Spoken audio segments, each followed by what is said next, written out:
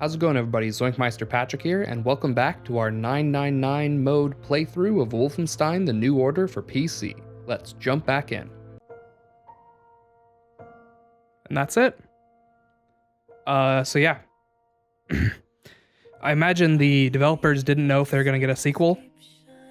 Developed by Machine Games, published by Bethesda, which was actually just purchased by Microsoft. So, future Wolfenstein games, if they get made, will be second-party Xbox titles, interestingly enough.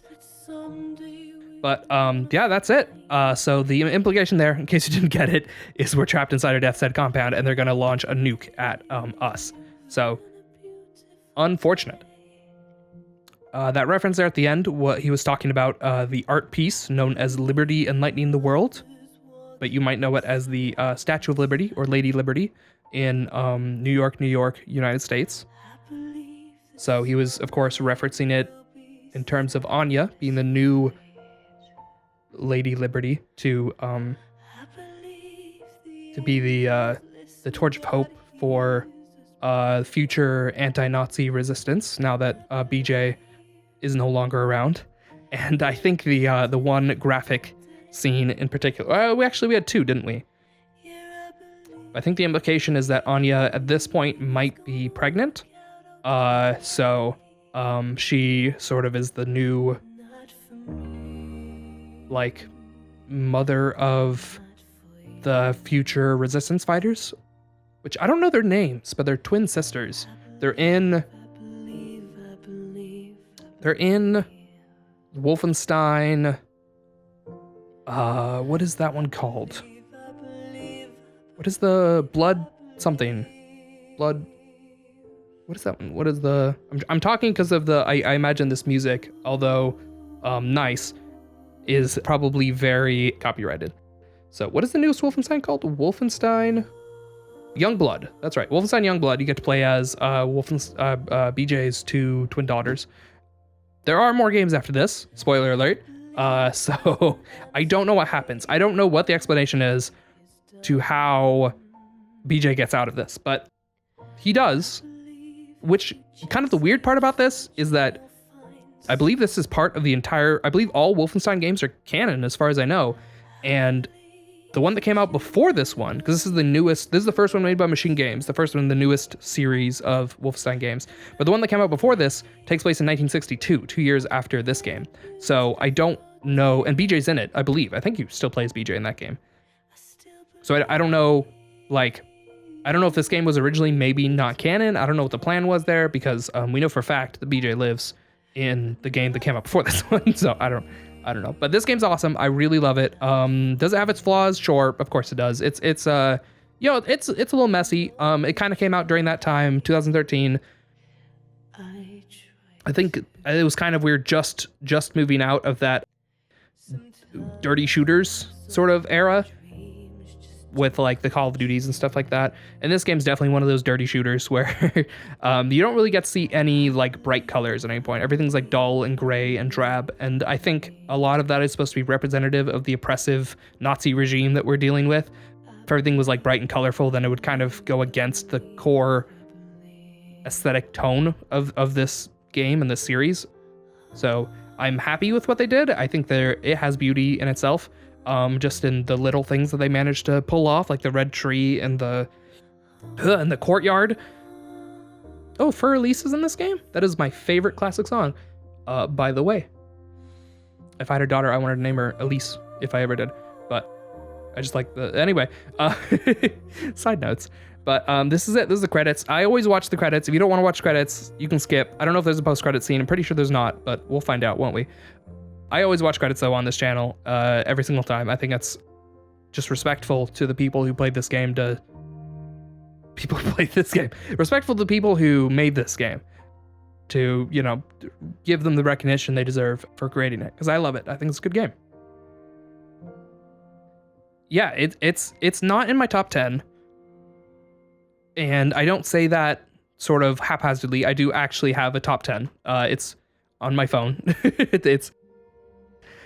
I keep track of it. I update it all the time. But this is definitely what I'd call a like honorable mention, whatever, where like this game could have been in my top 10 at some point, depending on what games I might have played, you know, at different points. This game is definitely one of those games that has always stuck with me as being a lot of fun. I mean, I love it manages to channel a lot of that old shooter style, because this came out after Duke Nukem Forever, which I believe came out in 2012 or earlier. But Duke Nukem Forever was a lot of people were disappointed by the game because it sort of brought one of those older games back, like, you know, this sort of era of Wolfenstein's even older than Duke Nukem for sure. But I remember when Duke Nukem Forever came out, it was sort of the first time, 2011.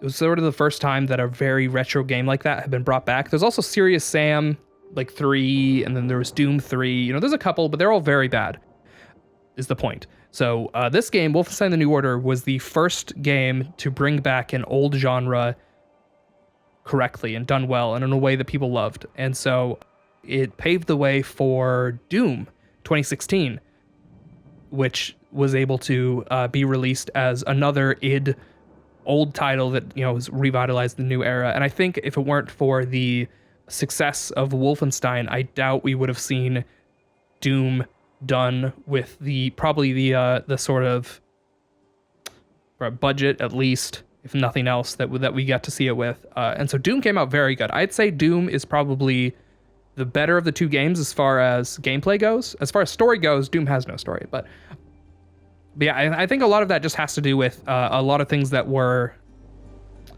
done in this game. Like the weapon wheel had been gotten rid of at this point. Like if you look at BioShock Infinite, which I don't know what year that came out, but they'd gotten rid of the weapon wheel, which the other two BioShocks had. And like a Duke Nukem Forever, the reason I brought it up, it got rid of the weapon wheel. So this game kind of brought that back. It also had the like dual wielding of every gun, which is this is the only game I know where you can dual wield like assault rifles and rocket launchers and stuff like that. Like that's not normal. Most games don't allow you to do that. So this game's kind of special in that fact.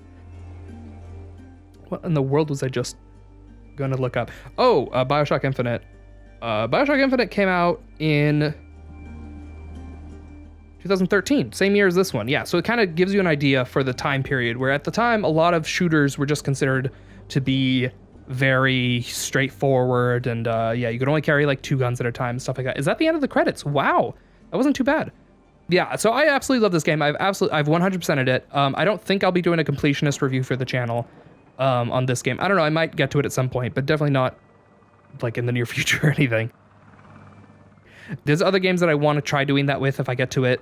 Mario Odyssey is, I think, the first one that I'm interested in. Okay, helicopter. We should probably listen to this.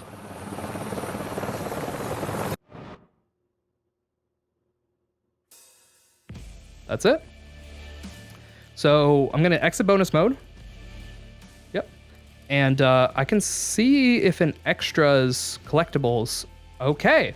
I can show you every collectible in the game now. So while I go through this, yeah, I just want to talk about final review score. Honestly, probably at the time that this came out, I would have given it an A. Like, I have no complaint. I think no, you know, I do have one complaint, kind of.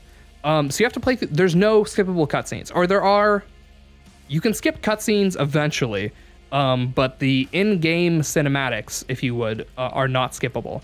And this wouldn't be a problem if it weren't for the fact that in order to complete this game, you have to play through it at least twice, because you have to play through the Fergus timeline and the Private Wyatt timeline. And so you don't really want to skip the cutscenes, I guess, when you're playing through the Private Wyatt timeline. But once you've like completed everything, this game's a lot of fun to get in and play. It's just hard to play not because it's difficult and challenging. That's not what I mean. I mean, it's hard to play in that it's hard to not be stuck with freaking cutscene after cutscene, especially the beginning of levels is where most cutscenes are packed in. You're like, man, I just want to play the game. You know, I feel like I'm not asking for much. I'll let you read these. I definitely want to show them all off because again, I've completed this game and I really want it to be something that I can show off, and I love this game. And so I want to give it a review score. It'll be in the comments. But first, I want to look through this last stuff, anything that I missed, to see if there's anything specifically fun to finish it off and round this whole series and, you know, bring it to an end. But yeah, so I'm just gonna show all these, the ones that I didn't show before, real quick, and then I'm gonna read. So actually, I'll just scroll through them, and then you can pause on any that you want to read, and then I'm gonna quickly read through them and highlight any particularly interesting factoids that I learned. Just because this whole universe, I think, is a particularly fun and interesting one. So I think it's worth. That's hard to do. It's worth showing off. I don't know. So I don't know why I'm bothering to talk over these, but for some reason I can't just like show something without it being, I don't want to, I don't know, to some degree I guess I want this to be my, even if I'm doing something as simple as, we've already seen all of these ones actually, even if I'm doing something as simple as just showing off stuff that is just written into the game. But I love this game. I think it's worth showing off. So I'm going to read through these real quick, highlight any interesting facts I find. Oh, that's the name of the asylum. That's impossible for me to pronounce. So someone said to me that they thought this asylum was kind of small.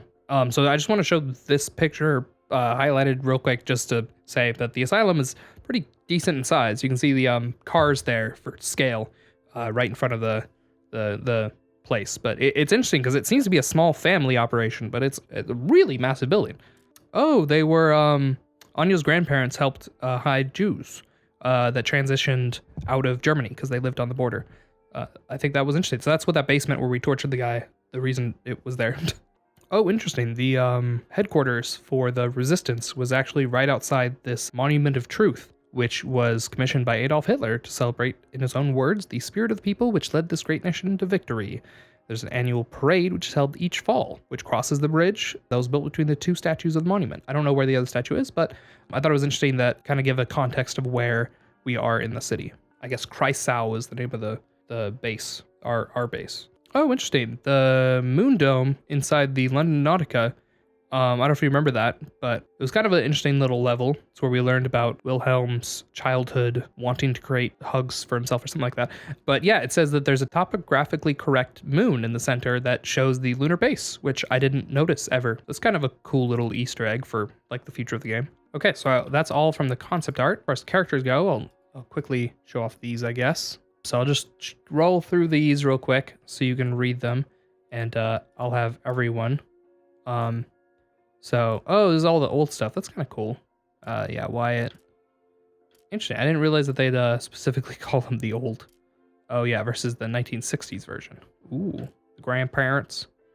That's cool. Yeah, I'll read through all these, and same as before, I'll mention anything that I see that stands out to me as being particularly interesting. Bobby. I remember Bobby. There's probably going to be a lot more of these, though, because these are every single character in the entire game. But there's a lot of them that I would like to learn more about, for sure. So I'm a little excited. Especially for the earlier ones that have, like, the important stuff. These later ones, I doubt I'll have as much to learn from. Although Boopy, I already read the whole thing out loud, so that's really the important one, isn't it? All right. Oh, since its last encounter with General Deathshead, which resulted in the death of a resistance leader, Caroline Becker, he's been eager to get revenge. So I guess whatever happened chronologically before the beginning of this game, Caroline supposedly died. But like I've never played any games before this one, so I don't really know what happened. And he's Scottish. They're confirmed. Fergus Reed, born and raised Scottish Highlands. He had a harsh background, which is where sarcasm comes from. But after the war broke out, he moved to Perth in central Scotland. There he trained as an aviation mechanic before an alcohol-induced bet got him promoted to airman. So that's that story. So in case you're wondering who the Kampfhunds were, those are the dogs we met, pet projects, that's dark. They're pumped full of chemicals and wrapped in steel body armor, fiercely aggressive, vicious bite. So yeah, they're not really living the best lives, probably. Geez, he was gonna have a degree in international affairs at Harvard, but he left to join the war, much to his father's disappointment. Jeez. So there you go. Through their communication headsets, commanders can radio for reinforcements and will continue to do so until they're dead. So that's why you have to rush commanders, because once they sound the alarm, enemies will infinitely spawn until you take out the commanders. So that's the point of stealth, is that way you get 0 enemies spawning in, or extra enemies spawning in. Oh, this is interesting. So Keller is the guy who attacked us at the asylum.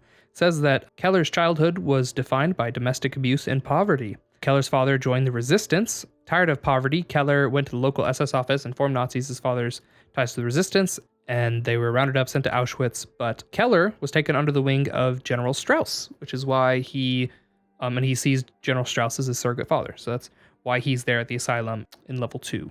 Well, the only moral rule that Anya's grandpa follows is treat others how you want to be treated. Probably nice dude, I'll bet. Always eager to provide guests with something to eat or to drink, and maybe a drinking glass of vodka for the men. Someone declines, she gives it to them anyway. Classic. I think I'm just going to go ahead and start reading this one immediately. Prison guards are employed based on how they score on a personality test. Sadistic tendencies and impaired empathetic capacity are usually favored to fit in with the work environment of Germania's correctional facilities. Prison guards are equipped with batons, assault rifles, and quite capable in both melee and ranged combat. Wow, definitely an interesting choice. The riot guards will use whatever means necessary according to the Fair Treatment Act to put a stop to the riot. Such as assault rifles. Classic. So she was shot by Hans Gross, which put her in the wheelchair. So Bobby's wife, Bobby was, I guess, seems like he was drafted into the Nazi military, and then his wife died while he was gone, probably killed by a Nazi maybe. And so the grief of his dead wife is the reason he fights, and that's kind of why we see him messed up. Apparently he's messed up the whole time until we see him die. It's sad. There's not much known about Max, except his name and that he doesn't like violence. He was found by Klaus hiding behind some dumpsters in an alley. Klaus has taken care of Max ever since. That's all we know about Max Hawes. Abate doesn't have much of a backstory. It's just he fought in Africa and was eventually captured. Apparently he was born in Germany, Set Roth here, but he was just whatever. He evaded the Nazis for years, but eventually was captured. So, yeah. Wow, okay, after extensive surgery, a team of medical experts overseen by Death's Head himself managed to recreate most of Frau Engel's face, but the scars will remain forever. So that's that explanation, I guess. I'm still not very satisfied with the fact that her face looks pretty fine. If you look at her in Wolfenstein 2, she looks like normal, but whatever. Yeah, so the suit allows people to walk even if they're paralyzed, so that's why Caroline wears it. Okay, and that's all those. So now I'm going to read these letters. This will be fun. So this is Oscar's letter. Dar es Salaam, Tanjajika, I guess. Dear Heinrich, I hope this letter finds you well. I'm sitting outside on the porch of the hospital where I'm recovering from my wounds. A good-looking nurse rolled me out here so I could write to you. Volunteer from Munich, she tells me. Here in Dar es Salaam, afternoon is drawing near. A chilled breeze comes in from the sea, and with the breeze comes a smell of fish and rotting seaweed and the almost unbearable stench of the burning bodies by the shoreline. A view of the land from this location is absolutely gorgeous. I found Africa to be in many ways a wondrous place. It has an air of freedom, a sense of adventure, if you will. I wish you could experience it with me, Heinrich. I've also seen things I wish I could have unseen. Remember how I told you once that I would never regret my decision to quit my education and join the army? To be honest, in the grimmest of moments, I have cursed my decision. I still ponder this, but if I hadn't left the university, would I not still have felt as lost and aimless as I did? Speaking of which, how's Elsa? Have you spoken to her at all? Have you seen her? On campus perhaps, on the street, or by the river where we used to fish? Maybe I should not ask this, but I do think of her when darkness falls over the desert. It's comforting. The violence can be tough to handle. Some of these men are losing it. They say, we shouldn't even be here, and I understand why they say this. Especially the less experienced ones. They're afraid, you see. Afraid of the guerrilla soldiers, the primitives. A month ago, we were out in the desert. I was piloting my Wolf tank. We were 4 men in the tank. Me, Haas Wolf, Gunther, and Kellerman. Have you seen those tanks? They come straight out of General Strauss's workshop. They're fueled by nuclear reactors and armed with state-of-the-art weaponry. A troop of Wolf tanks can decimate an entire village in the blink of an eye. However, the one thing these machines of war can't handle is abundant in the desert. Sand. You didn't see it coming. Somewhere close to the Tangenjikan border, a dust storm blew up out of nowhere. Within minutes, everything was covered in sand. It got into the engines, through the cracks in the hull, and caused the tanks to malfunction. Suddenly, we found ourselves stranded. We had no choice but to set up camp. There were 20 of us in our squad. We took turns guarding the perimeter. I was awoken by a blood-curdling scream in the middle of the night. I ran outside. The camp was a state of absolute chaos. My men were running like headless chickens, while dark men, primitives, dressed in strips of leather, faces painted red, the whites of their eyes glowing in the darkness, leaped across the camp and gutted and slashed our men. I saw Gunther eviscerated where he stood. He tried to hold his guts in, but they slipped through his fingers. One of the primitives came at me from nowhere and stabbed me in the stomach. I managed to grab my gun and shot him dead. I pulled out the knife and crawled away from the scene, and then ran across the desert, the terrible screams haunting me throughout the night. I was told they kept some of them alive to torture while the dead were hung upside down, disemboweled, and their sexual organs cut off and shoved down their throats. So, you understand that a lot of the men here, they are beginning to lose their morale. And to a degree, that is understandable. I, however, will not surrender to these feelings of weakness, no matter how tempted they may be. I will stand by my belief and the ideals of our leader. We are the strongest race, and there will be no room for anyone but us. I hope you still feel the same way as I do. Your friend, Oscar Weismuller. 72nd Wolf Tank Division. P.S. If you see Elsa, tell her that I still love her. D.S. Wow. Okay, that was a long letter. And crazy. I don't know this. Oh, there's the tank. There's a wolf tank. Okay, all right. Moving on. Hopefully the rest of these will be so long. Jeez. This one also going to be that long? Probably. All right, I'll read through these anyway. If you're not interested in these, I'm sure I put up a skip. Okay, October 1960. Dear Yvonne, I will not be so presumptuous as to believe you will remember me. My name is Isabella Browowski. Okay, that can't be good. And we grew up in the same city on the border between Germany and Poland. In those days, you lived with your parents in the Frankfurt an der Oder, and I lived on the other side of the river, in Darmstadt. Okay. What stirred me to write you was that I saw your movie, The Gifts of Our Fatherland, yesterday, and I was overcome by emotions. Do you remember how we used to swim together in the Oder River after school? How you always made me laugh with the characters you played? You were always so theatrical, so playful. I should have known you'd become an actress, I guess. Remember how I moved away from school to study chemistry? Well, after the war, I couldn't get a job at the university because all the positions were taken by the Germans. Parents had passed away, and it was by pure chance I met a sweet couple up by the coast. They told me about their asylum for the mentally ill, and the woman, who is a pharmacist, offered me a job as her assistant. Her name is Rosa Olawa, and she treats me well. She and her husband, Kruzikruft, are remarkable people. I've been very fortunate. Nearly 13 years I've worked here now. I have even become very good friends with her daughter, Anya, who also works here as a nurse. Sometimes we go to the movies together. I like her a lot. The Olawas have been forced to work for a German commander called Death's Head. Sometimes his men come and take patients away. If they come back, they are never the same again. I feel so awful for them. Anyway, if you happen to pass by here, I would be honored to have you as my guest. Maybe I can cook you dinner and we can share a bottle of wine and talk about the old times. I live by myself. I never married or had kids. These days, in a small house by the coastline. It's windy but beautiful here. You'll find the address on the back of the envelope. Yours truly, Isabella. I'm guessing Isabella is lesbian, and that's probably what is being implied here. The bloodstain, as you'll notice, everyone at the hospital died. So that's the backstory for this one. We're gonna move on. Roman's letter. Thank you for your letter, but I've been thinking about the question you asked me last time we met. Why has our dear Anya not married yet? You asked. Well, I think you are asking the wrong question. Have you a real, honest, heart-to-heart conversation with our daughter lately? Do you know just how she feels about what is going on at the asylum? We have heard all the dark rumors about General Death's Head men and their visit to the clinic. We know what has been happening over there, my child. Anya came around yesterday with the groceries we asked for. Thank you for that. Olenka served her some coffee and the piatsky. While she ate, we tried to speak to her. How was life for her at the asylum? Did she have any friends? Normal questions, but she was not very talkative.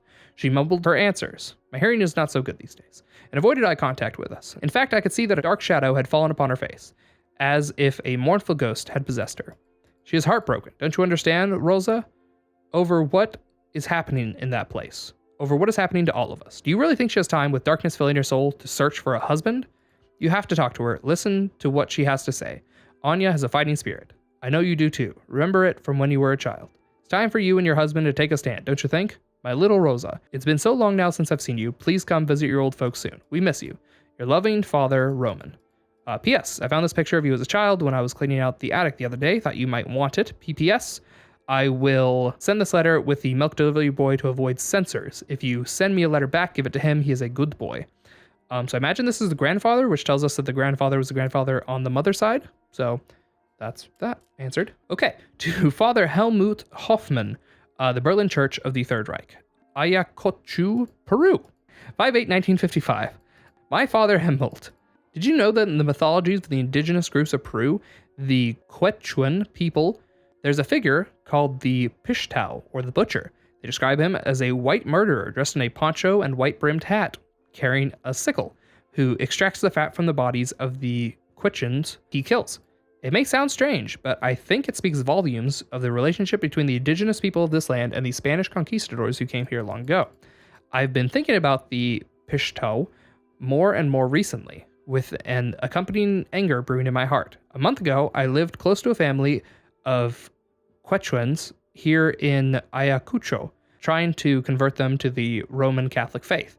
I became friends with their youngest child of the family, a boy named Hastu, which apparently means bird of the Andes. Hastu has been my guide in all things related to the culture of the Quechuans. It's quite fascinating, even though I weep for them that they may never come to paradise unless they convert to the true faith. 2 weeks ago, I climbed the mountain of the Andes together with Hastu to visit the sacrificial grounds for the Apus, the mountain gods. The view from up there was breathtaking. What little breath I had left after that steep climb. I was to be an observer during the rituals of the gods, which was involved the sacrifice of a llama. I was to take notes and record their strange rituals and the paraphernalia thereof. When the soldier came, I remember a Quechuan shaman calmly walking up to the officer in charge. The officer leveled the gun at his head and shot him cleanly through. I shouted at them, "What are you doing?" And he said, "Stay out of this, father. This is a sanctioned purge." Wow. They started killing indiscriminately, killing everything that walked or tried to crawl away to safety. I managed to get Hastu to run away before one of the soldiers knocked me out with the butt of his rifle. I woke up and there were no Quechuan left in Ayacucho. Wow, okay, they were just gone. I searched for Hastu, but I couldn't find him. Either he was found and shot, or he managed to stay hidden up in the mountains. It pains me to see all these atrocities committed by my people. I'm minded once again of the Pishtau, the white murderers who come here and slaughter these people for their own evil purposes. Can you speak to someone, Helmut? Someone who can put a stop to this nonsense, this barbaric nonsense? It cannot go on. In the name of the Lord, I have packed my bag, bought warm clothes and sturdy shoes. I've even gotten hold of a gun for protection. Tonight, I will go up into the mountains and search for my friend Hastu, and I hope to see a new dawn when I return. Wish me luck, your devoted friend, Father Ehrman Kruger. Dang. Woo. He's doing the Lord's work out there, I guess. I don't know. He's still racist, but whatever. It's better. Caroline. Do you remember the red cat? How it begged by our window and how you fed it shrimps? Or the snail on the perch who fell down the table into your knee? Do you remember the sunny side of Primrose Hill, the broken glass of Clamphead's Pride, and the nursery school, and the one you said our politicians killed? Do you remember how your smile turned into tears, how you flew and flew into my arms and laughed and kissed music into my ears? Do you remember how your anger turned into fear, how you listened and listened to talks and talks, and how all the promises disappeared? Do you remember the red cat, how it craved and how it came back every day? I think it belonged to Miss Calloway. I'm not sure, but it would explain why it didn't when she moved away. Do you remember Moni's smile? How she laughed and laughed at this clownish snail? How she ran down the slopes of Primrose Hill? And her first taste of beer and her eyes when blood appear? Or outside the playground, tears and hugs and all the hugs. And how she danced into the air and how I loved you, dear. Oh, how I love you, dear. Interesting poem. Bobby loved Caroline? What? No, Caroline must be Charlotte. Whoops. I was saying Caroline that whole time, I think. That was Bobby's letter to his dead wife. Okay. Oh my goodness, how many of these are there? Can't be that many, right? Okay, here we go. I'm 8 years old, and I dance on the edge of the white chalk cliffs of Rügen.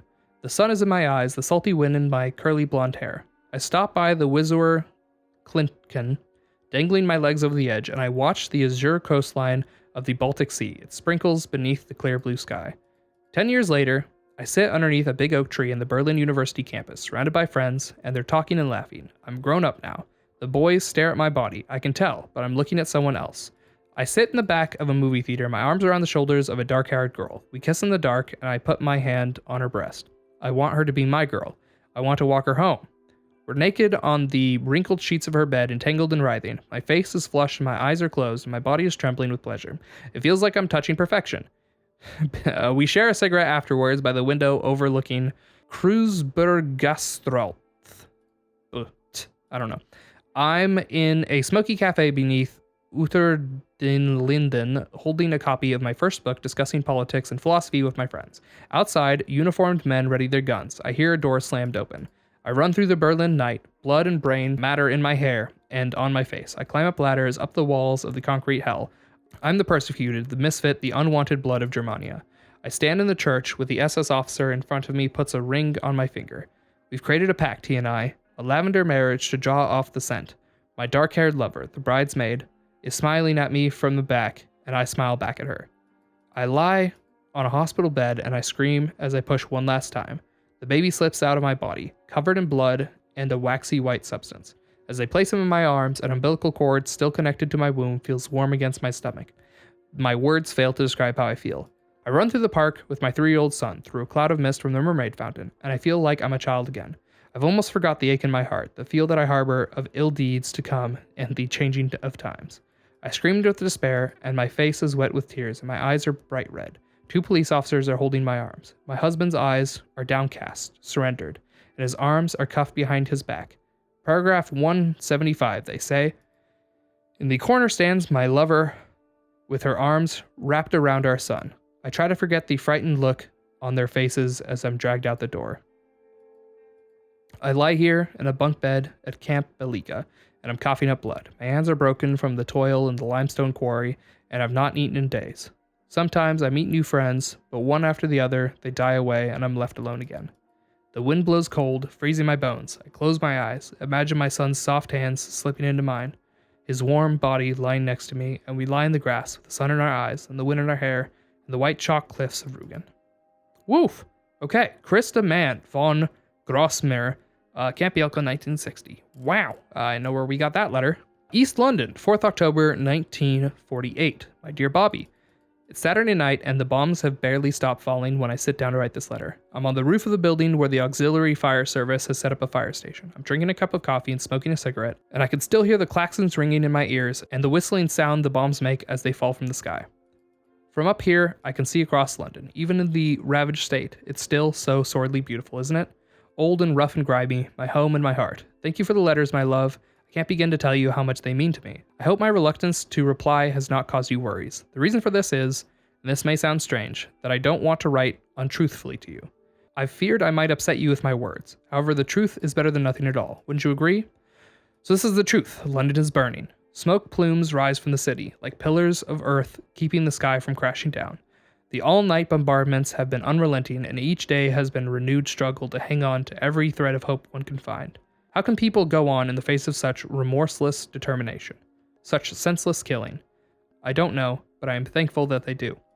I'm still covered in soot. I can feel the smoke in my lungs. They said women are not supposed to fight the fires, just manage communications and work in mobile canteen vans and such. But things have changed. An hour ago, I was in Canning Town, here in East London, the Catholic school. Do you know it? The school took a terrible hit during the recent bomb raid, and we were there trying to put out the fire. The fire raged as if the very gates of hell had opened up. I was holding the fire hose together with Susie Truckfield, and I saw children stumbling out of the ruins covered in blood and ashes. I hear tiny voices crying out from inside the burning school. One of my colleagues, Brittany, went in to save a little girl on the 2nd floor, but she never came out. She was such a sweet girl. During the last month, we have lost 3 of our fellow firefighters, all good friends of mine. But life goes on, as it must. At night, everyone in the neighborhood goes down to a nearby bunker. Old William McKinley has turned into a bar. People come there to reinvigorate themselves with drinking and singing. It's quite strange to see life continuing as if nothing happened while the bombs are falling around us. That's Londoners for you, isn't it? Last night, I dreamt of little Johnny again. We were together on the fairgrounds in Brighton, where we used to go during the summer. Do you remember? I was kneeling down beside him by the edge of the pier, and we looked out at the sea. And you were standing behind me, and it was so blue, Bobby. So blue, like sparkling sapphire. And calm, and no one spoke or worried about the war. I held the palm of my hand against Johnny's cheek. He was eating spun sugar and laughing when a spray of water from the beating waves hit his face. When I woke up, I could still feel the soft skin of his cheek against my palm. Like a phantom sensation, I cried for a long time, Bobby. There's not a day that goes by I don't think about him. When you come home, when all this is over and we are together, I want us to move out to the country then, like we've always dreamt we would. Even if we are poor now, we can make it work together somehow. I truly believe that. I must go now. I can hear the sirens. I'll post this letter on the way out. Promise to send you more. I miss you so much, Bobby. Come home to me. Your love, Charlotte. Oh! This is Bobby's wife who died. Oh no. And yeah, Bobby's the guy who was in the car that crashed into the statue, in case you're not keeping up with us here. Well, that's sad. Okay. Ingrid's letter. Here we go. Dear Grandma, Daddy and me left Mommy at the train station because she had to find my brother. Then the thunder came and everyone got scared, but Daddy said it would be okay. We went into a cave under the city with lots of other people. Some of them were pushing me, but Daddy got mad and yelled at them. I have Teddy with me, and he has lost an eye, and there's no hospital here, so the doctors can't fix him. I don't know how long we will be down here. Will you come and visit us someday? I think your strawberry marmalade is the best, especially on toasted bread with lots of butter. Here's a drawing of me and Daddy and Mom and Jacob. Love you, Ingrid. Huh, interesting. I have no clue where that one's from. Okay, to Das Richter. Oh, this one, we've already read this one. This is Max's letter. This is a very important reading. Max.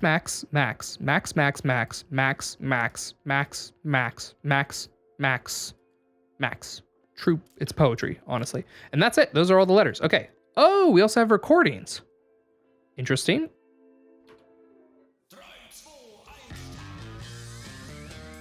Okay. Interesting. When Die Crawford was formed by 4 Englishmen from Liverpool in Nazi-controlled Great Britain, they were faced with a choice: either start singing in German or face banning and detainment by the Nazi regime. Die Crawford chose to adapt to the times. They changed their name and learned how to sing in German. Currently, they're touring Europe to promote their latest Das Blaue U-Boot album. Rumor has it that they lace their innocuous pop music with hidden codes which subvert the original meaning of the lyrics. Very interesting. Wow. Okay, this is more fake German music. Newmont Recordings isn't just for those zany kids. Our family of artists also includes Germania's greatest performance of our people's music. The kind of music Opa and Oma would like. I think that's Grandpa and Grandma? I don't know. The jewel of our crown in Wilbert Eckham and his Volmuser All-Stars. From polka and waltz to Borster and marshes, they represent the fatherland at its finest. Beer, brats, and the German way of life. From the classics you grew up with, today's pop hits, interpreted into pure German tradition, Wilbur Erkart and Volsmoon All-Stars have something for everyone.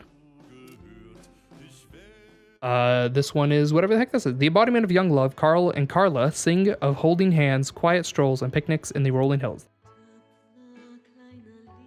They long for a peck on the cheek and a date at the cinemas. And don't worry, they'll be home for curfew, and so will your little lovebirds.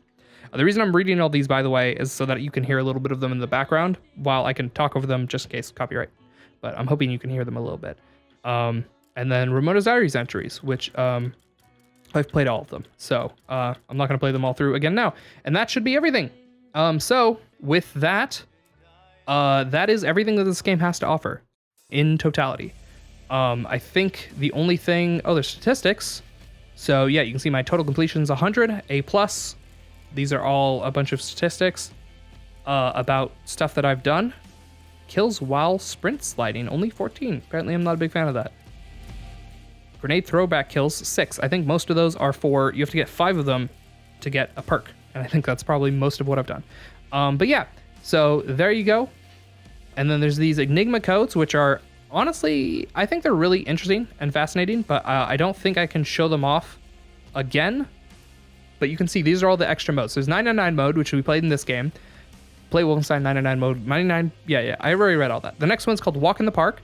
Play Wolfenstein, the Walk in the Park mode. All HUD elements, except interactive prompts, are disabled. Rely fully on your sense of survival. I am Death Incarnate difficulty, which I believe is pretty high. It is the second hardest difficulty, is I am Death Incarnate. So there you go. So yeah, it's kind of weird. So basically you'll have, the way this would work is that I have no, whoopsie daisy, I'll have no heads up display, which means you can't see how many bullets you have or how much health you have or how much armor you have. And you have to play it on the second hardest difficulty on top of that. So I don't know why you'd want to do this, but whatever, Walk in the Park mode. The next one's called Hardcore. Play Wolfenstein in Hardcore mode. All health and armor pickups removed from the game, and it's on Uber difficulty. So there's no way of recovering health or armor at all. And it's on the hardest difficulty. Why you'd want to do this, I don't know, but it's there. Play Wolfenstein on Iron Man mode. You only get 1 life. It's game over if you die, and it's on the hardest difficulty. So try to beat the entire game in one go. I don't know why you'd want to do this, but if you did, it's there. So for some reason, these really difficult to unlock secret versions of the game are all harder and like less fun. I don't know. Maybe if this is your kind of thing, then maybe they're more fun. But for me, 999 mode was the only one I was ever interested in trying. Attempting, and I had attempted it before, but I never finished it, so I was able to finish it now. So final review, my 100% completionist Zoink Meister review. Like I said, I feel like I want to give this an A, but I don't know how much I'm skewed by my like love of this game. I mean, this game kind of represents like the best Twitch shooter that I can think of. But then Doom came out, and so Doom's better than this, right? As far as gameplay goes. But this story is like I felt so drawn into it. Like I love the storytelling of this game. It does a good job of being just not whatever. Like it makes senseless Nazi violence. Sorry for hitting my microphone. Less senseless, whatever. I feel like it gives you a lot of reason to care. And I like teared up and choked like at least 3 or 4 times during this playthrough, just because of my like care for these characters that this game imparts on you. And so I don't know. I think it does a really good job. I've never given an A to something on this channel, and it's always just a matter of, you know, we always think nothing's perfect. This game's not perfect. Having to play through it twice to see the other version, if you're trying to complete it, is really not. It doesn't feel good to play this game back to back like that and have like no changes. And even on the hardest difficulty, this game's not too bad until you get to like the very later levels, and then sometimes it just feels so hectic, and it's hard to tell when you're taking damage a lot of the time, because it doesn't like start showing you until you're down to like 40 health or 20 health or something, and at that point it's like too late. You're like kind of standing in the way of fire. Yeah, the way that you have to click E to collect every single item, you don't automatically collect it as you run over it. That's kind of annoying. I think that persists in the other games as well, but I don't like that fact. It just makes me spamming E looking at every corner. I think all the collectibles are fun. I think the story's amazing. I think the world building is so well done that I think I might give this my first A on Meister officially. It's not the best game ever, and have things been done better as far as gameplay goes since? Sure, there's Doom Eternal after that. But for what this was, when it came out, it represented a lot, and it did a lot well. And I think this game, and probably also Doom, which I haven't 100%ed, but I'd give that an A. And Doom Eternal, I'm sure, probably also deserves an A. I mean, those are all just very excellent games, and they deserve the praise that they've gotten. And so, yeah, so I want to show this game off on the channel just because of my absolute love for it. Like I said, this is almost a top 10 for me. That's independent. Usually, when I score these games, we try to be a bit more impartial. So, like, my number one game, Gravity Rush, I wouldn't give an A. I'd give that an A- for sure. It has a lot of issues, but it's a fun game. So much is done well in that game, but it's not perfect, right? I mean, it's not only is it not perfect, it has a lot of flaws. Even worse, I love Alice Madness Returns, my second favorite game. That one's probably a B+, like, or an A-. One of the two. It's definitely no A, but I love it. It's like I love it for certain things, and I understand that doesn't make it an overall good game. This game, though, I think is an overall great package. I think they did so much well with this game. You go so many places, so many of the environments feel so memorable, despite how they all look like drab concrete. They somehow made drab concrete feel special sometimes. So I just wanted to give it that love. So if you're here, then thank you from the bottom of my heart. I hope I see you in whatever comes next. I'm currently playing Grow Home on the channel, and Last of Us with Adam, and Resident Evil 5 also with Adam. I'm playing Last of Us Part 2, and then he's helping me through it because he's played through it. He's commentating with me, and then we're playing Resident Evil 5 co-op together. So I don't know what's coming next. I keep hitting my microphone. I don't know what's coming next after Grow Home, but whatever it is, I hope you're around to join me for it. So thank you if you stuck around, or skipped, even if that was way more than I was expecting. So I would not fault you. I wish I had skipped it, but I didn't realize how much it was going to be. So yeah, that's it. By the time this episode comes out, we will probably be past 750 subscribers, and that means so much to us. I'm sure we can't describe. I don't know what we're going to do for, like, it's just, I don't know. Thank yous on YouTube aren't possible. I think the two most common videos on YouTube are probably thank yous and apologies, because every YouTuber, I'm sure, just there's no way to, like, just we're nobody, right? I mean, very much so. We're just two people who decided to start uploading stuff to YouTube, and 750 people in the grand scheme of things is not the largest thing on YouTube. It's in fact rather small, but it's so much more than any person could imagine physically. It's just 750 people. And we don't have 750 people watching, right? I mean, we have like 10 of you, and the 10 of you are the most incredible, awesome people in the world. But just the fact that, whatever, just 750 people have come by and said, hey, I want to support them. And that means a lot. It's kind of like a nudge. It's like yeah, I got you. And it's like, yeah, you do. So I don't know. I appreciate it. The point is, appreciate it. I don't want this to be longer than it needs to be. So I'm just gonna say goodbye. And the classic one that we always hear, it's time to cower in shame. Zoink out.